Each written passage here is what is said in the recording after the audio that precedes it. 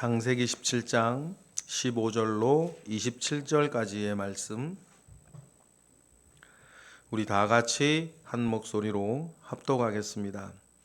하나님이 또 아브라함에게 이르시되 내 아내 사레는 이름을 사레라 하지 말고 사라라 하라. 내가 그에게 복을 주어 그가 내게 아들을 낳아 주게 하며 내가 그에게 복을 주어 그를 여러 민족의 어머니가 되게 하리니 민족의 여러 왕이 그에게서 나리라. 아브라함이 엎드려 웃으며 마음속으로 이르되 100세 된 사람이 어찌 자식을 낳을까? 사라는 90세니 어찌 출산하리요 하고 아브라함이 이에 하나님께 아뢰되 이스마엘이나 하나님 앞에 살기를 원하나이다. 하나님이 이르시되 아니라 내 아내 사라가 내게 아들을 낳으리니 너는 그 이름을 이삭이라 하라. 내가 그와 내 언약을 세우리니 그의 후손에게 영원한 언약이 되리라. 이스마엘에 대하여는 내가 내 말을 들었나니 내가 그에게 복을 주어 그를 매우 크게 생육하고 번성하게 할지라. 그가 12두령을 낳으리니 내가 그를 큰 나라가 되게 하려니와 내 언약은 내가 내년 이 시기에 사라가 내게 낳을 이삭을 세우리라. 하나님이 아브라함과 말씀을 마치시고 그를 떠나 올라가셨더라. 이에 아브라함이 하나님이 자기에게 말씀하신 대로 이날에 그 아들 이스마엘과 집에서 태어난 모든 자와 돈으로 산 모든 자 곧 아브라함의 집 사람 중 모든 남자를 데려다가 그 보피를 베었으니 아브라함이 그의 보피를 벤 때는 99세였고 그의 아들 이스마엘이 그의 보피를 벤 때는 13세였더라. 그날에 아브라함과 그 아들 이스마엘이 할례를 받았고 그 집의 모든 남자 곧 집에서 태어난 자와 돈으로 이방 사람에게서 사온 자가 다 그와 함께 할례를 받았더라. 아멘. 할례에 대한 이야기가 계속되어지고 있습니다. 후손에 대한 언약이 애당초부터 아브라함에게 있었죠. 후손에 대한 언약이 아브라함에 있었는데 아브라함이 99세가 될 때까지, 사레가 90세가 될 때까지 아이가 없는 것을 보고 아브라함이 입으로 내어놓지는 않지만 체념하고 있습니다. 말씀은 말씀이고 현실은 현실이다. 뭐 이런 거죠. 예나 지금이나 믿음 앞에 살려고 하는 많은 사람들이 자기 때문이든 다른 사람들 때문이든 사회 때문이든 세상 때문이든 말씀은 말씀이고 삶은 삶이다. 믿음은 믿음이고 현실은 현실이다. 요런 속임 가운데에 늘 빠질 수가 있습니다. 여러분, 나도 모르는 사이에 그런 걸 젖어 들어가는 거예요. 그러면 여러분 생각해 보십시다. 우리의 믿음의 그 선배들도 베드로부터 시작해서 모든 사람들도 결국 시종일관 말씀은 말씀이고 현실은 현실이고 믿음은 믿음이고 삶은 삶이다 라는 마음으로 그렇게 이율배반적으로 시종일관 살았더라면 지금 우리는 없었을 것이에요. 여러분, 그러니 우리가 믿음의 고백대로 살아가고 믿음의 결실을 늘 눈으로 보고 몸으로 확인하는 그런 믿음의 전성기 속에 늘 우리가 있기를 원합니다. 믿음의 조상이라 이야기하던 아브라함도 마찬가지였죠. 하나님께서 아브라함에게 그 많은 여러 가지 것들이 있을 것인데 왜 하필 할례냐라고 했을 때 할례로 자신의 몸에 난 자국을 늘 보면서 하나님의 하시면 하신다. 내가 인간적인 방법 동원하지 않아도 하나님이 하실 일은 하나님이 하신다는 것을 아브라함은 늘 확인하게 될 거예요. 심지어는 할례를 명하는 이때에도 아브라함이 실감을 못 하고 있죠. 그래서 내일 본문에서도 뭐 사례도 웃고 막 그럴 거예요. 그런데 여러분 꼭 기억하십시다. 하나님이 하시는 일은 하나님이 하십니다. 우리가 인간적인 방법 동원하지 않아도 하나님이 하셔야 되는 일은 하나님이 하시는 거예요. 그리고 나중에 정말 이삭이 태어나면 자기 몸에 난 자욱을 보면서 역시 그렇다. 하나님은 하나님의 일을 하나님의 방식으로 하신다. 내가 거기에 인간적인 방법 이것저것 동원할 필요가 없다라는 것을 이삭을 보고 자기 몸의 표식을 보고 여러분 하게 되겠죠. 여기에서 하나님께서 하나 더 얹으세요. 뭐냐면 남자인 아브람이 아들을 낳을 것은 아니에요. 그런데 자꾸 아브라함이 자기도 나이가 들어가고 사레도 나이가 들어가면서 그동안 아브라함이 하지 못했던 게 있죠. 하나는 뭐냐면 자기 아내를 자기의 안전을 위해서도 이렇게 다른 사람에게 이렇게 넘겨주는 그런 일들을 자꾸 하고, 그리고 또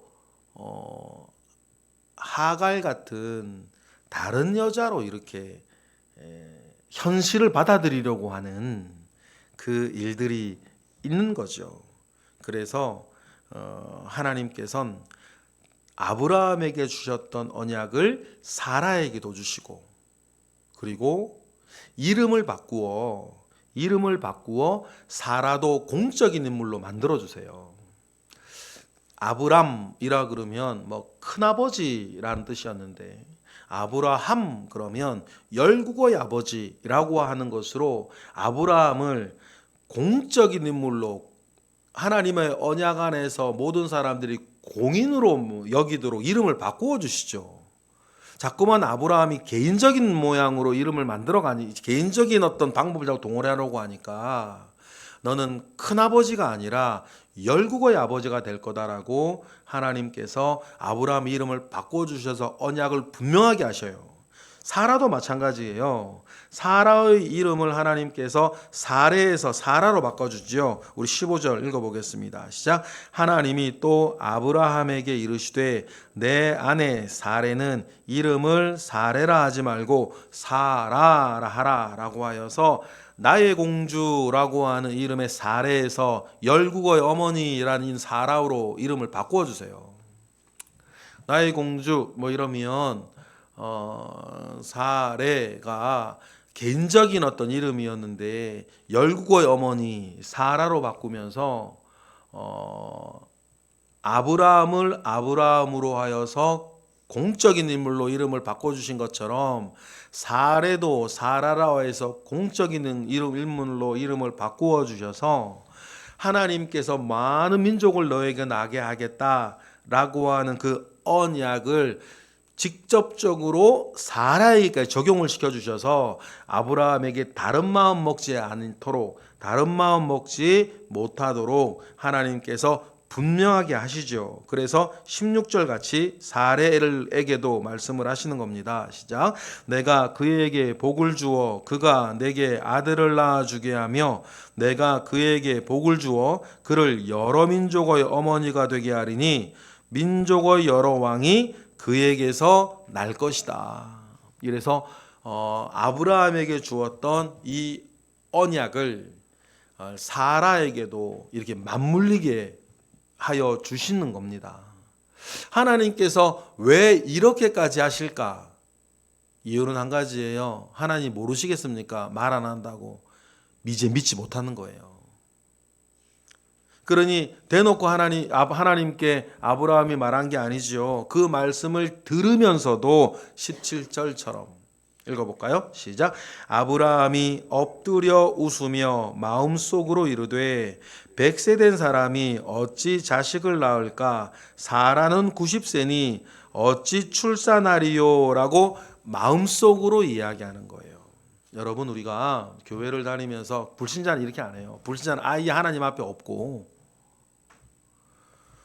믿는 사람들이 하나님의 말씀과 하나님의 뜻 앞에서 17절 아브라함처럼 할 때가 많단 말이에요. 내가 많아요. 한편 이해돼요. 뭐 안 믿어지는 걸 어떡하겠어. 그죠? 못 믿겠는 걸 어떡하겠냐고.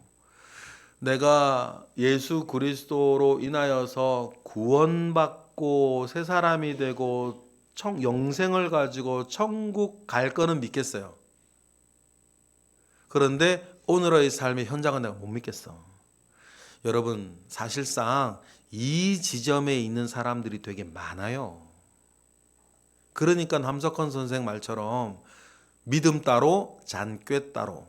저는 그 말 굉장히 중요한 말이라 생각해요. 믿음 따로 잔꾀 따로. 그리고 이런 일들 속에 얼마나 있겠어요. 그러니까 엎드려 웃으면서 어떻게 그렇게 되겠어요. 이렇게 하죠. 그리고 마음속에 어떻게 하는 거예요. 그 엘리에셀 얘기한 것처럼 18절 다 같이 읽어볼까요? 시작. 아브라함이 이에 하나님께 아뢰되 이스마엘이나 하나님 앞에 살기를 원하나이다. 이거는 속마음이 아니죠. 겉으로 한 말이에요. 이스마엘이나 하나님 앞에 살기를 원한다고. 자기를 통하여서 사례를 통하여서 씨가 나오는 것에 대해서는 이제는 단념한 거예요. 불신하고 있는 거죠. 그래요. 여러분, 우리가 합리적인 불신, 지금 아브라함의 말이 합리적 불신이란 말이에요. 합리적인 불신에 빠질 수 있습니다. 그러나 여러분 꼭 기억하십시다. 이 세상의 모든 일들이 합리적으로 돌아갔다면 이렇게 오진 않았을 거예요. 안 좋은 쪽도 그렇고 좋은 쪽도 그렇고. 하나님께서 그 말씀을 들으시고 또 분명히 하세요. 아들이 태어날 거다. 사라를 통하여서 태어날 건데 그 아이의 이름조차도 뭐라고 하라? 이삭, 웃음이라고 하라. 이게 좋은 의미의 기쁨의 웃음이 아니에요. 나중에 기쁨의 웃음이 되겠지만 맨 처음에 하나님께서 이삭이라 말씀해 주실 때는 네가 불신하여서 웃는 그 웃음에 대하여서 이삭이라고 하라. 그럼 하나님은 아브라함에게 세 가지, 아브라함이란 이름을 통해서 태어난 이삭이라는 아이를 통해서 그를 부를 때마다 웃음이라고 이름을 부를 때마다 오늘 이 사건을 죽을 때까지 기억할 겁니다. 하나님의 능력 믿지 못해서 웃었던 그 순간 말이죠. 19절 읽어보겠습니다. 시작. 하나님이 이르시되 아니라 내 아내 사라가 내게 아들을 낳으리니 너는 그 이름을 이삭이라 하라.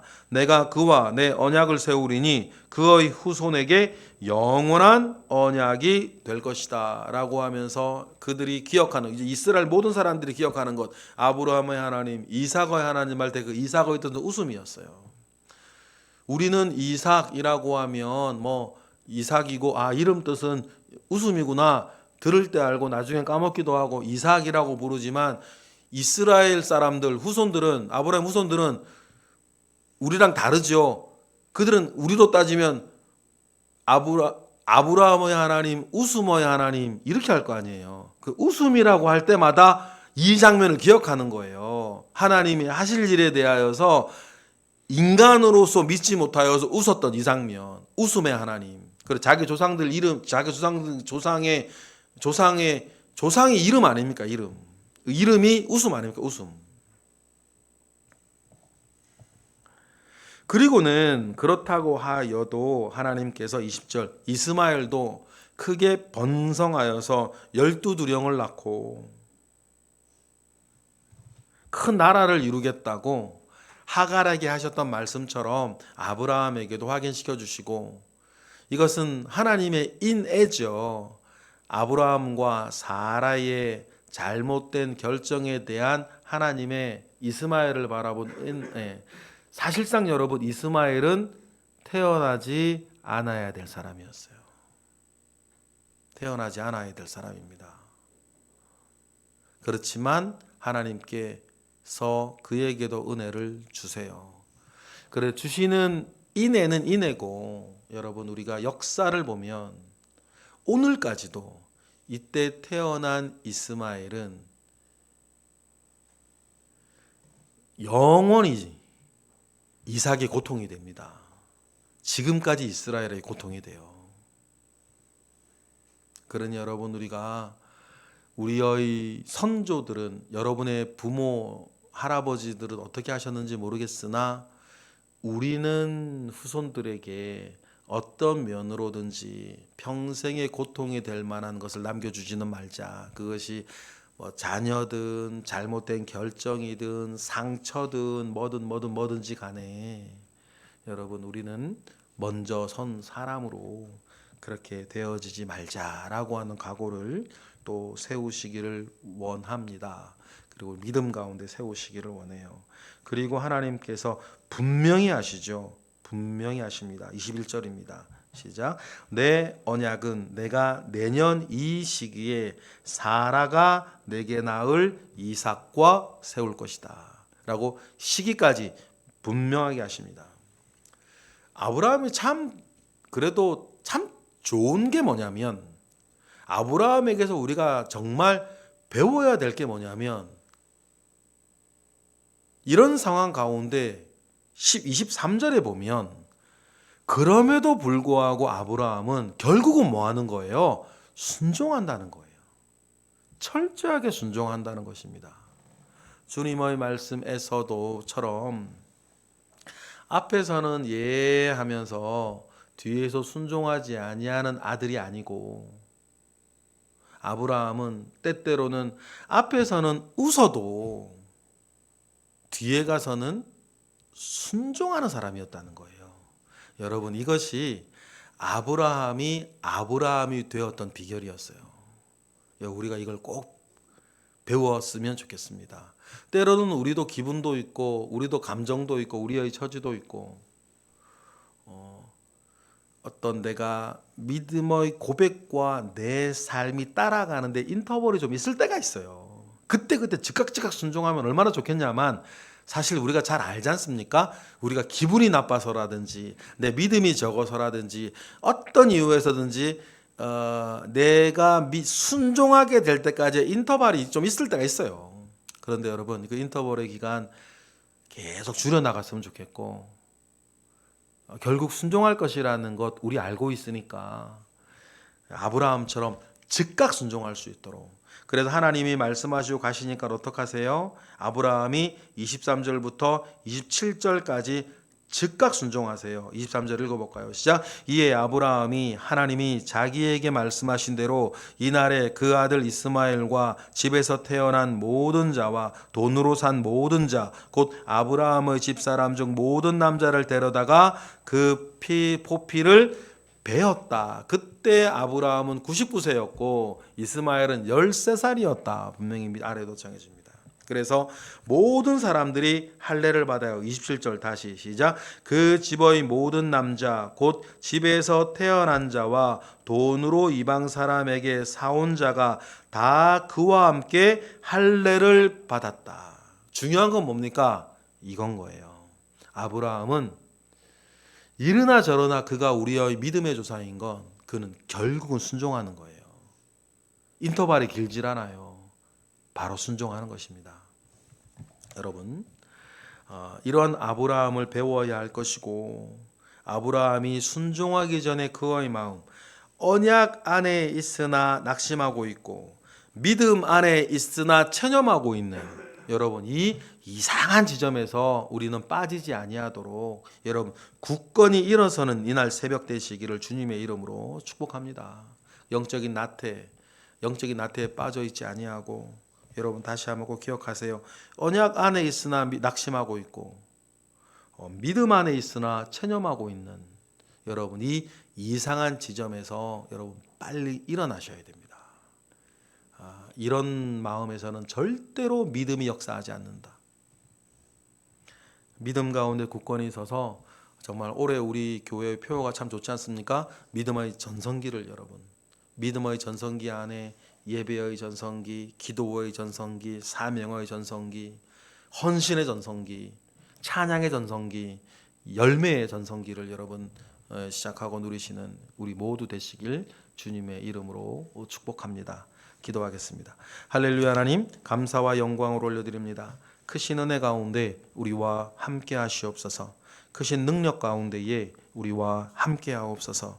하나님 아버지의 선하신 은혜가 늘 우리 가운데 있기를 원합니다. 주여 은혜 위에 은혜를 더하시고 늘 믿음 가운데 살며 하나님 아버지 앞에 즉각 순종하는 우리 모든 새벽의 기도자들 되게 하시옵소서. 1,000번째 예물들이 드려지고 있습니다. 드려지는 예물 가운데에 주님 함께 하시옵소서. 오늘도 이번 주간도 새벽을 깨워 기도하는 이들에게 주님 은혜를 더하여 주시고 하나님 아버지의 선하심을 늘 누리게 하옵소서. 예수 그리스도의 이름으로 기도드렸나이다. 아멘.